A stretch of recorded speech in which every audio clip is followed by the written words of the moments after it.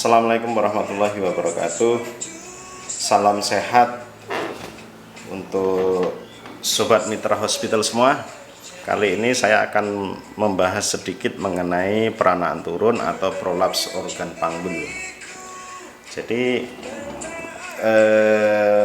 secara umum adalah disebut prolaps organ panggul.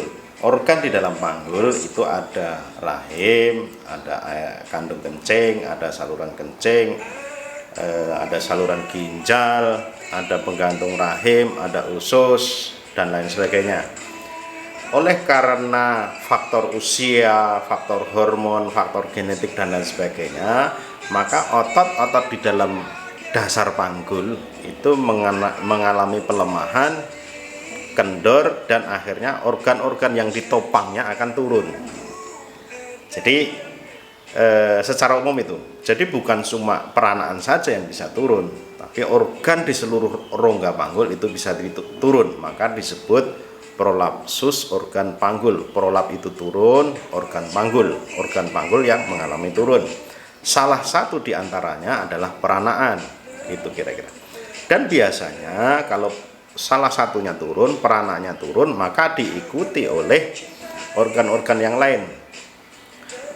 Peranaan yang turun disebut prolapsus uteri.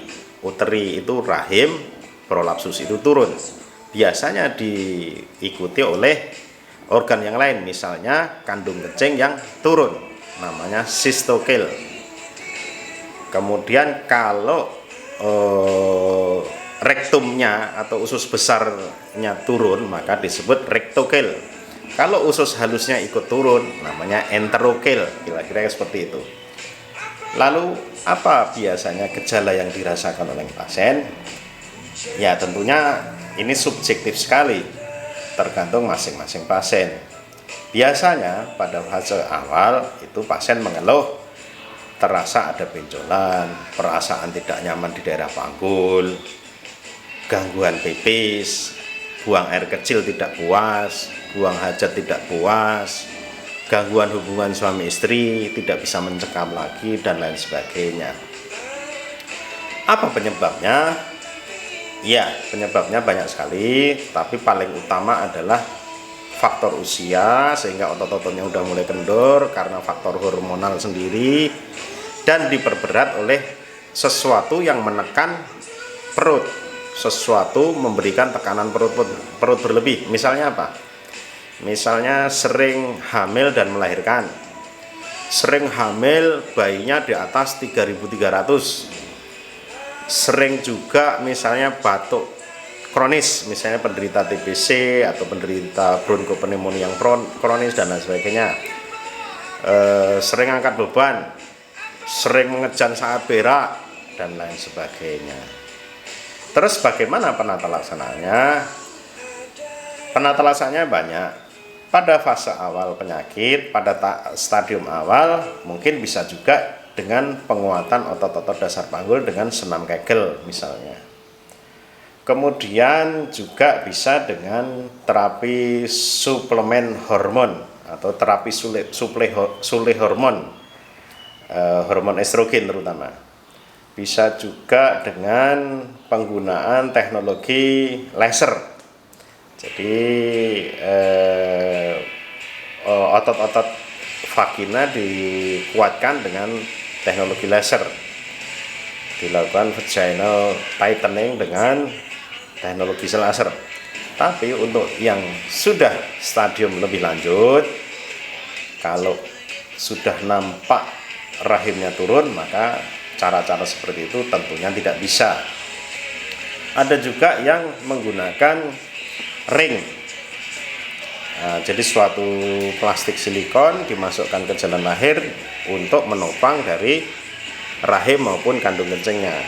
Cuma kerugiannya adalah karena ini benda asing yang dimasukkan ke dalam tubuh manusia, maka terjadilah komplikasi seperti infeksi, seperti iritasi, kemudian nekrosis, hingga pembusukan. Nah, dengan berkembangnya teknologi, maka sekarang operasi bisa dikerjakan dengan teknologi laparoskopi maupun dengan alat-alat yang lain.